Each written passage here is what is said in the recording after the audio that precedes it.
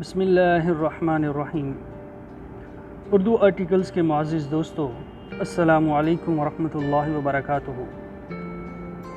Urdu article کے معزز دوستو، اس وقت پورا ملک اور خاص کر کشمیری عوام ایک عجیب کیفیت کا شکار ہے۔ 1 سال سے زائد کا عرصہ ہو گیا ہے اور کشمیر میں غیر انسانی اور جابرانہ لاک ڈاؤن مسلسل لگا ہوا ہے۔ ایسے میں پاکستان سے وابستہ کشمیری عوام کی امیدیں اور امت مسلمہ کا کردار کس حد تک اطمینان بخش ہے؟ وقت کے ساتھ ساتھ پاکستانی حکومت کشمیر کے معاملے میں بہت حد تک آخری فیصلے کی طرف بڑھ رہی ہے۔ پاکستان کی موجودہ حکومت نہ صرف اقوام متحدہ میں کشمیر کے لیے آواز بلکہ اس کے لیے بہت مثبت کام بھی شروع کیے، جیسا کہ کچھ دن پہلے پاکستانی حکومت نے کشمیر کے نقشے کو مکمل طور پر پاکستان کے ساتھ جوڑ دیا۔ لیکن کچھ ایسے لوگ جو پاکستان کے کردار سے خوش نہیں، اس کی وجہ سابقہ حکومتی پالیسیاں تھیں۔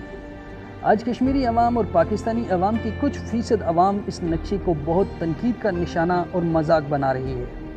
ان کے خیال میں نقشے کی بجائے اپنی افواج کو بھارت کے ساتھ جنگ کے لیے بھیجنا چاہیے، کیونکہ اس وقت بھارت اور چین آپس میں ایک محدود علاقے میں جنگ کر رہے ہیں اور پاکستان کو اس ایڈوانٹیج سے فائدہ اٹھانا چاہیے۔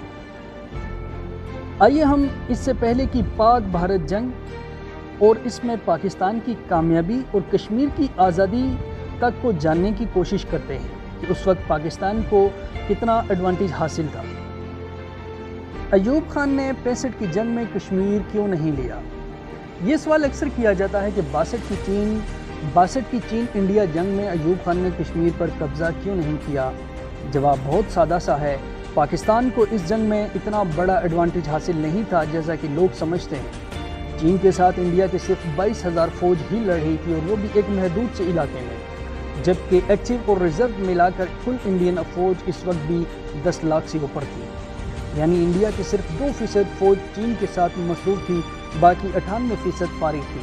نہ انڈیا کی ایئر فورس اس جنگ میں حصہ لے رہی تھی اور نہ نیوی، وہ بھی فری تھی۔ یوں پاکستان کے لیے کوئی بہت بڑا ایڈوانٹیج نہ تھا، نیز یہ کوئی اچانک چین کا انڈیا پر حملہ نہ تھا، بلکہ ایک محدود سے متنازع علاقے میں 3 سال سے جاری جھڑپوں کا تسلسل تھا۔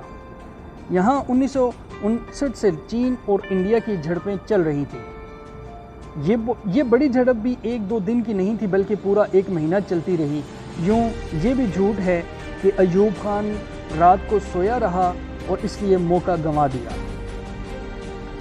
اس وقت چین کی خواہش تھی کہ پاکستان بھی اس جنگ میں کودے اور آزاد کشمیر کی طرح لائن آف کنٹرول عبور کرے، تاکہ انڈین فوج پر دو طرف سے دباؤ پڑ سکے، کیونکہ چینی افواج کی اموات بھی ہو رہی تھی۔ 1500 کے قریب انڈین فوج کی ہلاکتیں ہوئی تھیں، تو 700 سے اوپر چینی فوج بھی ہلاک ہوئے تھے۔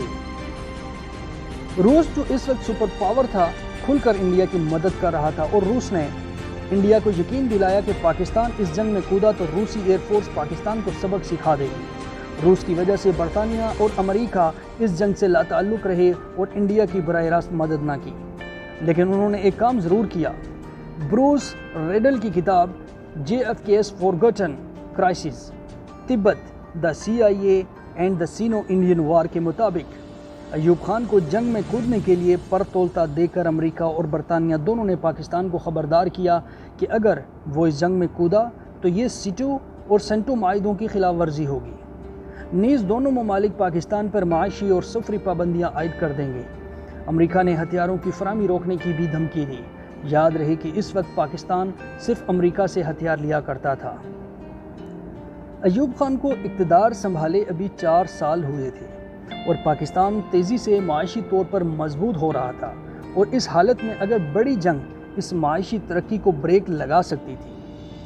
لیکن اگر پاکستان تمام خطرات مول لے کر بھی، ہر چیز داؤ پر لگا کر بھی اس جنگ میں کود پڑتا، تو بھی کامیابی کا امکان نہ ہونے کے برابر تھا، کیونکہ جیسا کہ پہلے عرض کیا کہ ہمیں کوئی خاص ایڈوانٹیج نہ تھا۔ اب ذرا ان سب چیزوں کو ذہن میں رکھ کر 65 کی طرف آئیں، جب انڈیا نے پاکستان پر حملہ کرنے میں پہل کر دی۔